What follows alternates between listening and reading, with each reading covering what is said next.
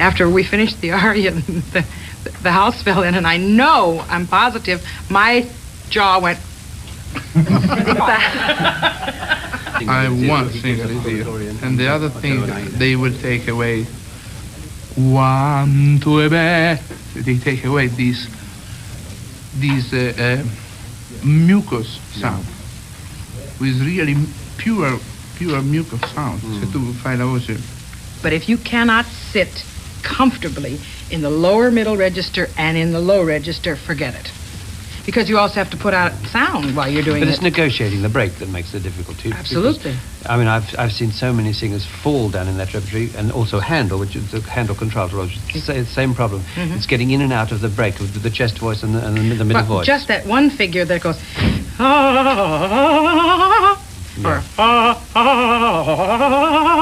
That's it's a killer. Well, of course, I suppose most people know nowadays that Bel Canto means beautiful singing. But of course, it's only the beginning of it. The Bel Canto era began with the great singers in the middle of I suppose even the 17th century it starts to begin, but it flourished and blossomed in the middle of the 18th century, even the early part of the 18th century, when the great castrati were at their peak. These, of course, were the artificial male singers who had these extraordinary, powerful soprano and mezzo-soprano voices, which we don't have anymore, I'm happy to say, rather. Why don't you sing it again? Semiramis? I'd love to, and very likely they'll do it in Sydney again, I think. But it's all, the old schedule and the time, and when it's an opportune time and when it's not. Even before the brain, anyway, from there is hearing. I am hearing one fraction before the note I am going to sing. Hear like Caruso means sing like Caruso. Uh-huh. Because, of course, if you hear one note project like that, you are going to do that note, but you have to hear the note. Then I learned an awful lot from Ricky about the style and just how to do it. And then, of course, we got a lot of books on it, too. But I think mainly you don't learn that much from the books, do you? No, it's doing it. And it's studying music, of the other music of the period you want to sing. That's what helps you so much. Right. And so now, of course, after doing it for all these years, so much of it is just ingrained that it just sort of happens naturally. Bel Canto became a high cult in the early 19th century, and of course it's in a way remained this. It's a style of singing. It's a very elegant way of singing. It's a way that's very hard to explain in words what it is. A concert of great singing, of great singers, can demonstrate it more than any written word or any spoken word. It takes a lifetime to learn about.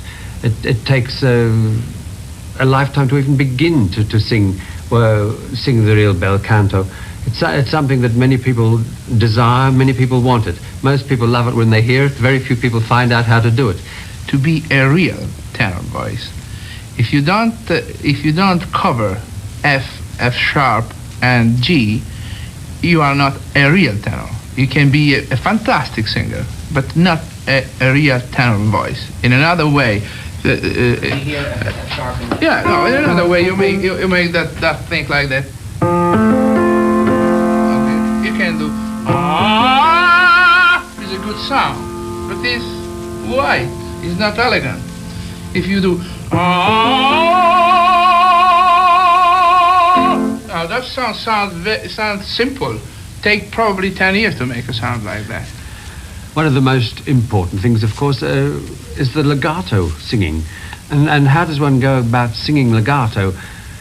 You do this by joining the tones, uniting the tones. And we do this mainly by scales. A singer is an athlete. Generally. Half athlete, half artist. Generally. At least. No, but generally is an athlete. Generally is an athlete because we are push. I mean, so Luciano, what exercise do you do basically at home if you want to warm yourself? Just the same. Let me do the same. Yes, where do you want to start?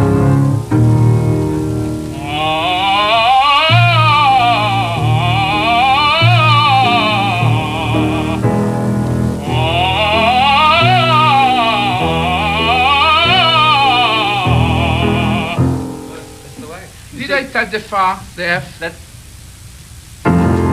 I touch the F? Yes.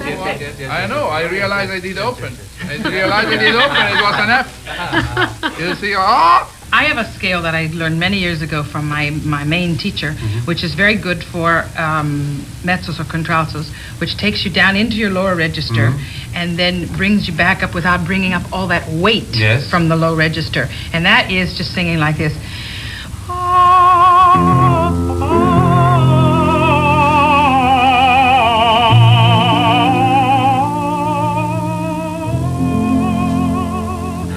Actually crescendo down there. You use the control. It's control right. legato. But you can crescendo into that lower register for the effect, but you don't bring up that dangerous weight of the chest. And things like that are essential. But so many singers, the minute they start learning, they want to sing Che gelida manina. They want to sound like Pavarotti. It's not possible, is it? I suppose the heart of Bel Canto must be the real cantilena, isn't it? The long flowing melodies. Che faccia ad esempio col vocalizzo e poi con le parole? Sì. Allora, sì. for example, vocalize is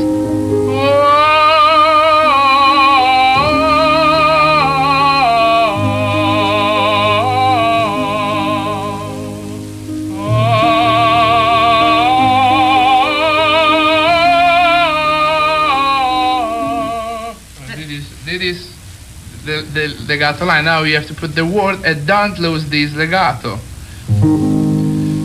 Angelo di pace all'anima, la voce mia risuona.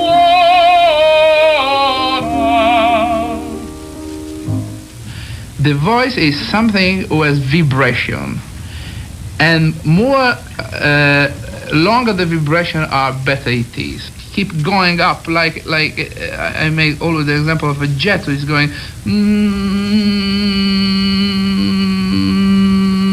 without make any break at Interruption. all. Interruption.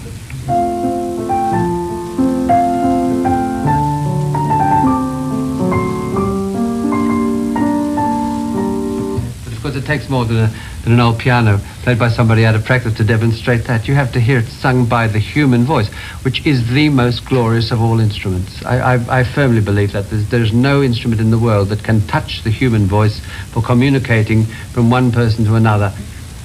I was very fortunate when I was growing up that as far as my Bel Canto training was concerned, I had mother who helped me so much.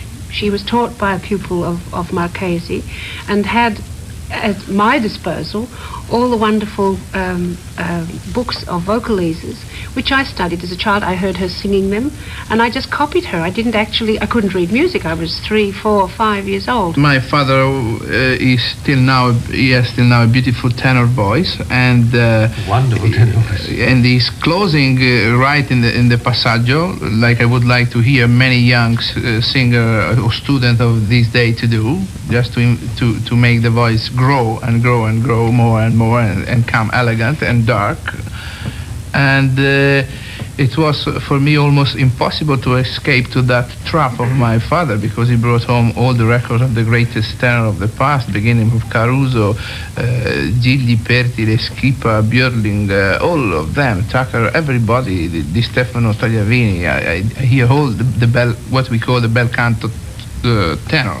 It's strange that my path is somewhat similar to both of theirs, in so much as that I had a parent, my father, who had a very beautiful tenor voice, and he, although he did not want to teach me himself, he was there guiding, watching, saying, you know, there is a natural placement there, don't let anybody fool around with the natural placement.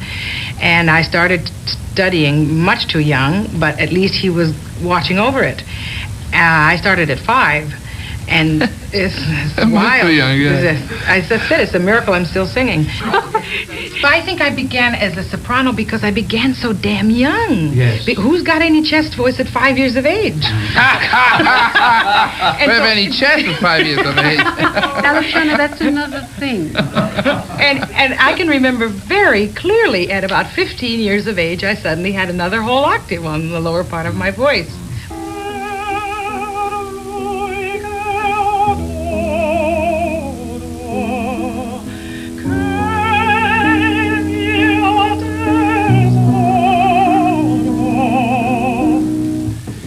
But something like that. very much to the point there, because here's an example of what we were talking about before. Not only is the legato exceptional, it's wonderful legato, but you see, getting from the middle voice, which starts here, middle voice, to a very low note, which many singers would bash out on the chest. I, for one. Jackie, show me how a certain singer would sing that. I'm a great basher. Show me how a bad singer would sing that phrase.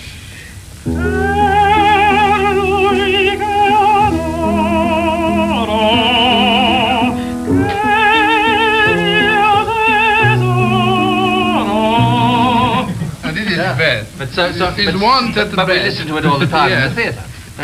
Of course, Bel Canto, although it's beautiful singing, that doesn't mean just singing beautiful, long, flowing phrases. It also means doing all sorts of hair-raising tricks. Bel Canto also becomes, in many ways, a great circus act, because there are so many things which are of enormous difficulty to perform.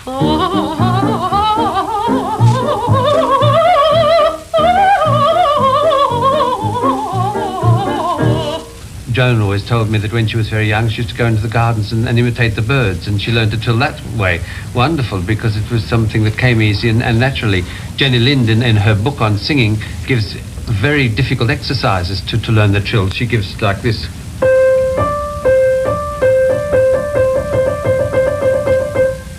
Doing them very slowly on all tones. And then she says that if you do that for a year or 2 years, you may be able to learn the trill. I want to know, how did you learn the trill? I didn't read Jenny Lind's book, but I decided that if I took 2 notes very slowly and speeded them up, then I would get my trill. And that's how it happened.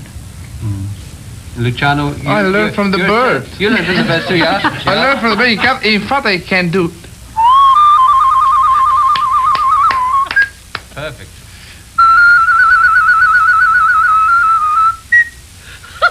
Terrific. Bird. Another thing you have to learn to trill on the full tone and on the semitone, Right. which is something that many singers don't understand about. Right. I mean, to trill on the full tone, it's darling, do it for me. Do on the full tone.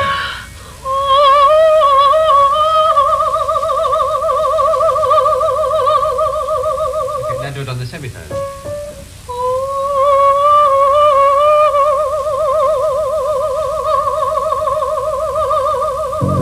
That's it.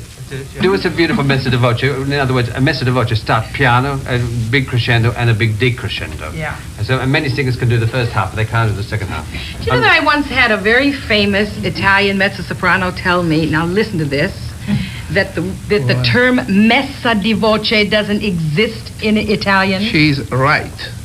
Okay, so tell me Messa di voce is position of voice. Okay, so what is this called? Mezza voce. No. Quando si comincia. But they say messa di voce is written in the old Italian. In the old singing Italian. language. Okay. Now that mezzo soprano then is talking about modern language, Right. who is don't exist anymore, but it means something else. It means position. It means support. It means Messa. Messa di voce. Messa means Messa exactly means Placing of the voice. put Yes, in placing place. of voice, Put yeah. in place. And this is obviously an exercise to put the voice in place. You and will to keep never, it in place. you will never hear any critic who write down messa di voce.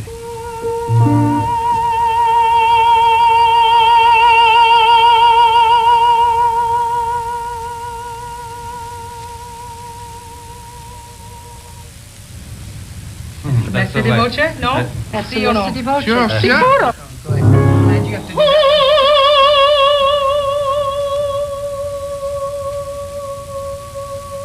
That's harder.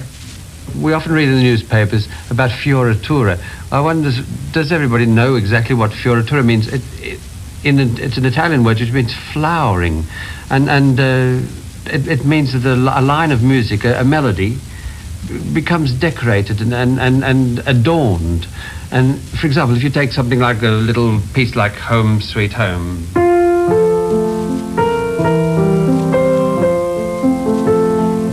you can play that melody, which is dead simple. If a singer of the 19th century singing that might well have sung.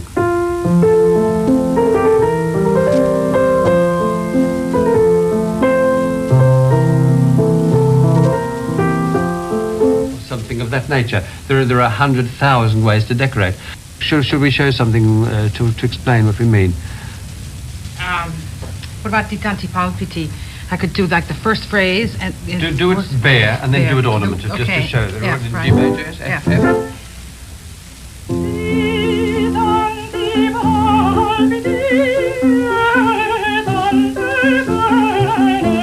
Okay, now it comes back. The reprise is.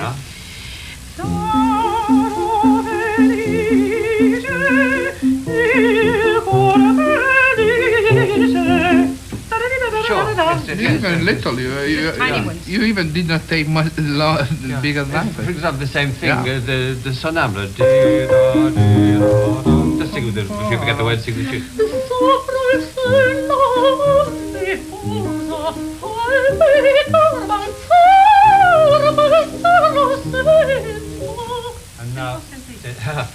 And now do me one of the variations. I can't remember.